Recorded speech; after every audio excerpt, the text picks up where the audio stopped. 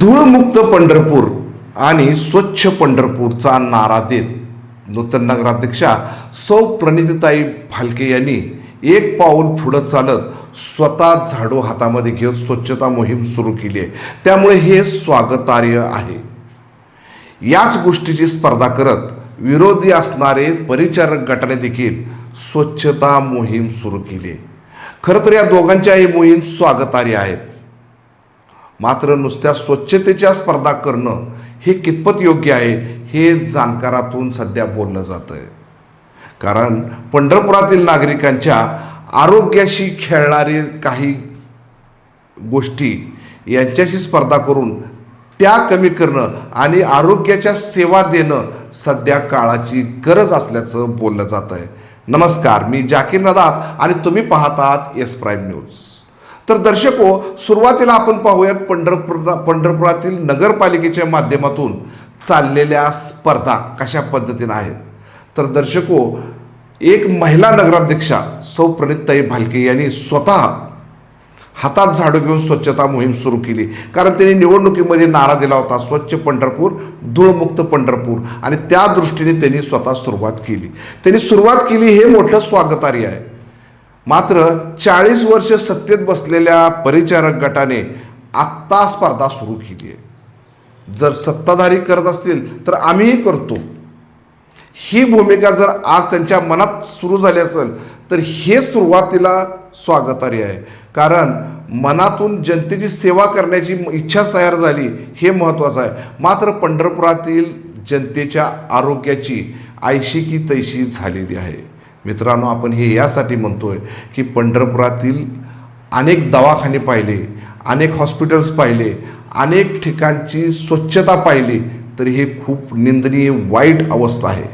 पंढरपूरचं वैद्यकीय क्षेत्र जर पाहिलं तर पंढरपूरच्या वैद्यकीय क्षेत्रात मरायला आलेला माणसाला फक्त सोलापूरला पाठवलं जातं, कारण तिथं त्यांचा मृत्यू आहे असं मानलं जातं. त्यामुळं पंढरपुरात फक्त डॉक्टरांनी, वैद्यकीय क्षेत्राने चिरफाड करणं आणि पैशाची लयलूट करणं असा नियम बनलेला आहे. त्यामुळं पंढरपुरातील जनतेचं आरोग्य सध्या धोक्यात आहे. हे या नेत्यांनी समजून घेतलं पाहिजे आणि पंढरपुरातील वैद्यकीय क्षेत्र चांगल्या पद्धतीने कार्य करणारं असावं या दृष्टीने स्पर्धा करणं गरजेचं आहे. त्याचबरोबर आपण जर पाहिलं तर पंढरपुरात जवळजवळ 36 वार्ड आहेत. या 36 वार्डात जर आपण भौगोलिक परिस्थिती पाहिली तर चारही बाजूने स्लम एरिया आहे आणि मध्ये टॉपचा एरिया आहे. मात्र या झोपडपट्टी भाग असेल, स्लम एरिया, मजूर कामगारचा भाग असेल, या ठिकाणी कुठेही चांगल्या पद्धतीची आरोग्य व्यवस्था नाही. जर या भागात कुठल्या रुग्णाला अटॅक आला असेल किंवा कुठला आजारी पेशंट असेल, वयोवृद्ध असेल, तर त्यांना एकही ॲम्ब्युलन्स नाही. ॲम्ब्युलन्स ज्या आहेत त्या आवाक्या सवा पैसा मागतात. त्यामुळं गोरगरिबांनी करायचं काय? तर पंढरपुरातील या सगळ्या सत्ताधारी असतील, विरोधक असतील, यांनी आज तागायत जनतेसाठी मोफत सेवा म्हणून एकही ॲम्ब्युलन्स दिलेली नाही.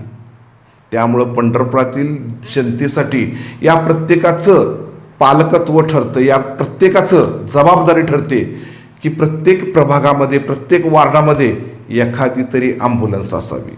मात्र या ॲम्ब्युलन्स सेवेसाठी कुणीही धजावत नाही. फक्त निवडणूक आली की मोठ्या पक्षाकडून त्या उमेदवाराला विचारलं जातं की तू किती पैसे खर्च करणार.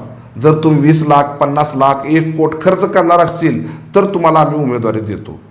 मात्र जनतेच्या सेवेसाठी काय करणार, जनतेच्या सेवेसाठी किती खर्च करणार, याबाबत चुकार शब्द काढला जात नाही.